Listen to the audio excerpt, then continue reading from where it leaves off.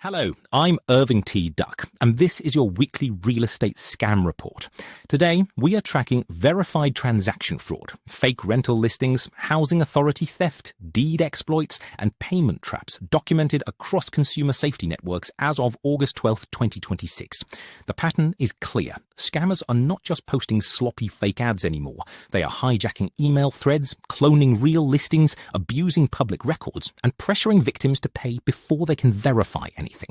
So let's move quickly, case by case, and turn each incident into one practical warning you can actually use. Case File 1. On August the 11th, 2026, in Western Australia, a first-time homebuyer nearly lost $1.2 million after scammers compromised a conveyancer's email account and sent fake wire instructions. The rescue came from one alert banker who noticed a single changed letter in the sender's domain name. That tiny difference was enough to stop a catastrophic settlement redirection. The lesson is simple. Before wiring escrow or settlement money, confirm instructions through a known phone number, not the email thread. One typo can be the difference between closing day and financial disaster. Case File 2. On August 10, 2026, in Queens, New York, federal prosecutors indicted accountant Alberto Gomez for allegedly stealing over $3 million from elderly investors. The scheme centered on Long Island properties, where victims were sold non-existent or oversubscribed ownership stakes, sometimes adding up to impossible totals like 125% or 130% ownership. Prosecutors say the fraud continued until a bankruptcy filing exposed the deeper pattern.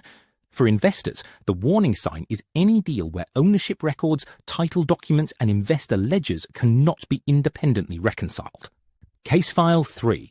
On August the 6th, 2026, in Sisseton, South Dakota, former Housing Authority Executive Director Eric Shepard and Chief Financial Officer Olivia Locke pleaded guilty to a federal conspiracy involving public housing checks.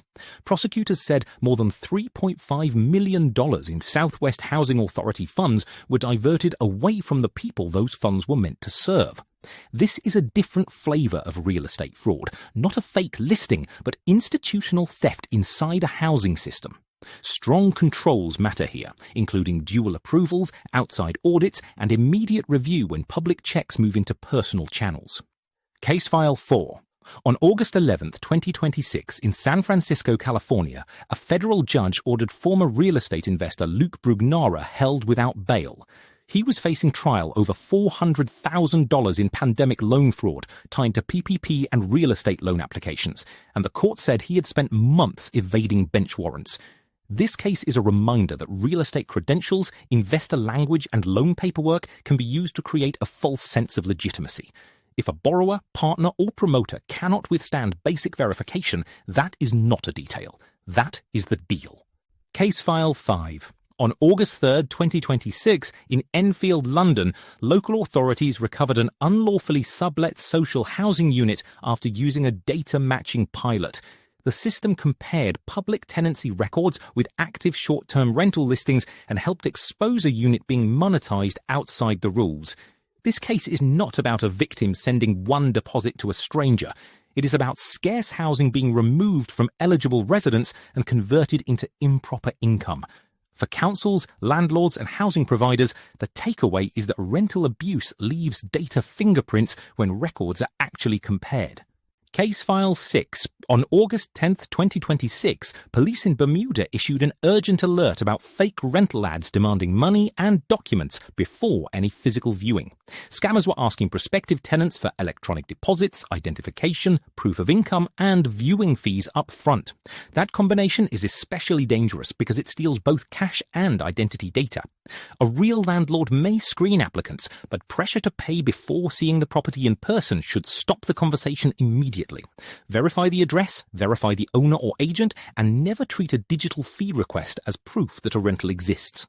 Case File 7. On August 10, 2026, Dutch consumer authorities reported more than 175 student rental fraud complaints. The scam pattern involved legitimate rental portal photos copied into short-form video ads, where offshore scammers demanded non-refundable reservation fees. Students are especially vulnerable because housing is scarce, deadlines are tight, and a polished video can feel more convincing than a basic classified ad. but stolen images do not prove access to a property. If the advertiser cannot verify ownership, conduct a real viewing, and use traceable rental procedures, do not send a reservation payment. Case File 8. On August 10, 2026, in Tucson, Arizona, real estate leaders launched a campaign against deed fraud. Their warning was blunt. Forged title transfers now cause about $50 million in annual losses across Arizona.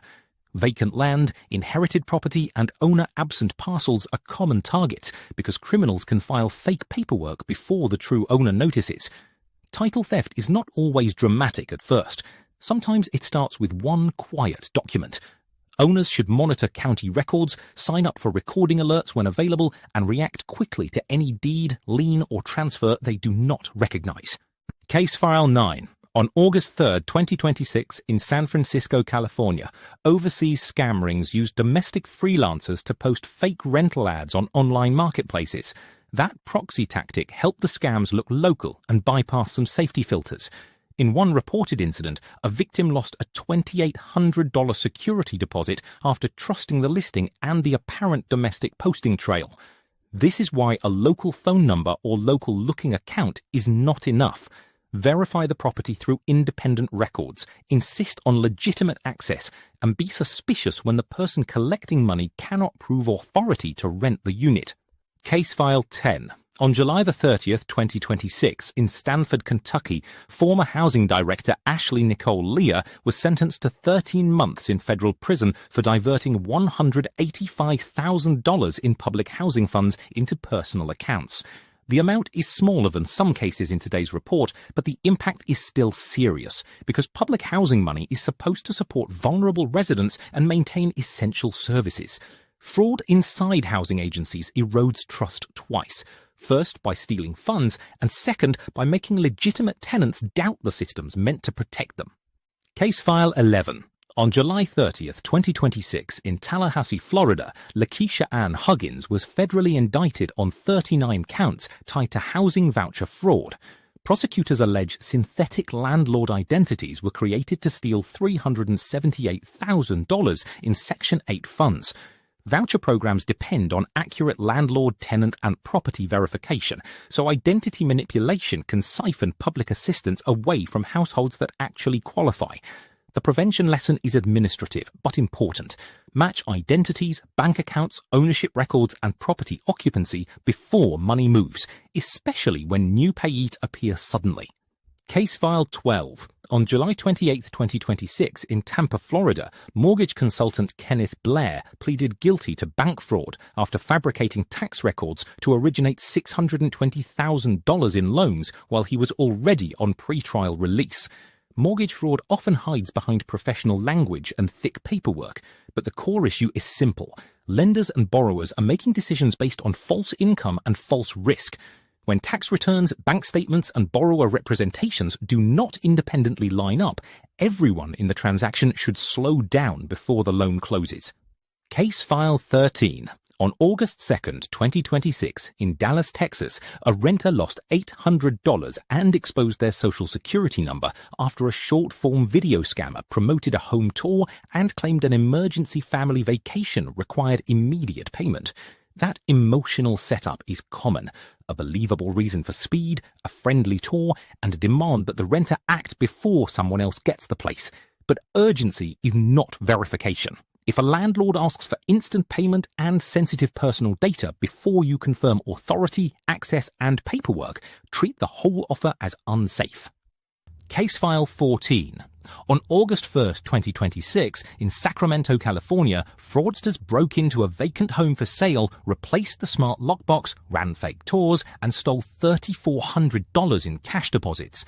This is one of the most convincing rental scams because victims physically see the house and may assume access equals authority.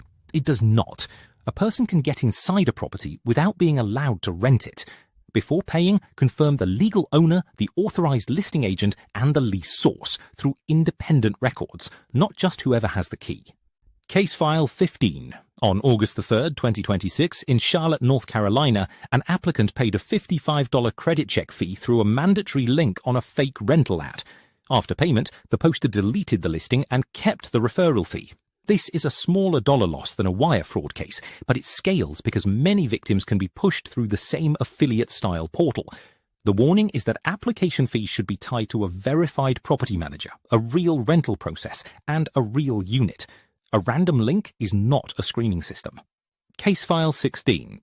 On July 31, 2026, in Traverse City, Michigan, a vacationer lost $2,500 after wiring a deposit for a lakefront rental listed on a classified site. The photos had been scraped from a legitimate sales listing, which made the fake rental look polished and desirable. Vacation rentals are especially risky because travelers may be far away and eager to lock in dates. Do a reverse image search, confirm the property is actually offered for rent, and avoid wire transfers to private parties who cannot prove control of the property. Case File 17. On August 2, 2026, in Chicago, Illinois, a business owner lost $5,000 after delivering a cashier's check for a fake commercial pop-up lease to an unauthorized representative. Commercial tenants can be targeted because deadlines, build-out plans, and seasonal openings create pressure to secure space quickly. But earnest money should never move to someone whose authority is unclear. Confirm the owner, confirm the brokerage or property manager, and make sure the lease entity matches the title records before handing over a cashier's check. Case File 18. On August 4, 2026, in Atlanta, Georgia, a distressed homeowner lost $3,200 in upfront fees to a bogus foreclosure defense firm. The company took the money but did not file the promised court motions. Foreclosure rescue scams exploit fear, deadlines, and confusion over legal process. Real help should come with verifiable licensing, written scope, transparent fees, and proof of actual filings. If someone promises to stop a foreclosure but pressures for cash before showing credentials or court action, step back and contact a trusted housing counselor or attorney. Case File 19. On July 21, 2026, in Brampton, Ontario, police arrested 27-year-old Savreet Kaur after 17 victims lost more than $60,000 in basement rental deposit fraud. Basement apartments can attract renters who need affordability fast, and scammers exploit that urgency by collecting deposits from multiple people for the same or non-existent unit. When several applicants are rushed toward payment, the scammer wins before move-in day ever arrives. Renters should verify ownership, inspect the unit legally, use written agreements, and avoid cash deposits that cannot be traced or recovered. Case File 20. On July 18, 2026, in Las Cruces, New Mexico, a renter lost $1,800 paid through a mobile payment app to a fake out-of-state landlord. After the payment, the scammer asked for another $350 for key delivery fees. That second request is a classic sign the first payment was only the beginning. Remote landlord stories are not automatically false, but they must be verified with property records, local agent access, and secure rental paperwork.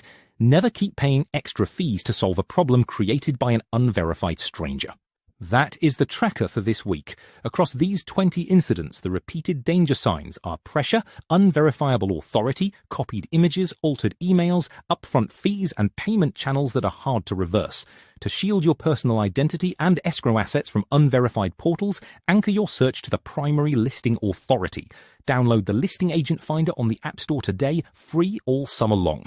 And before you wire money, send documents, or hand over a deposit, remember the rule of the week. Verify the person, verify the property, and verify the payment path.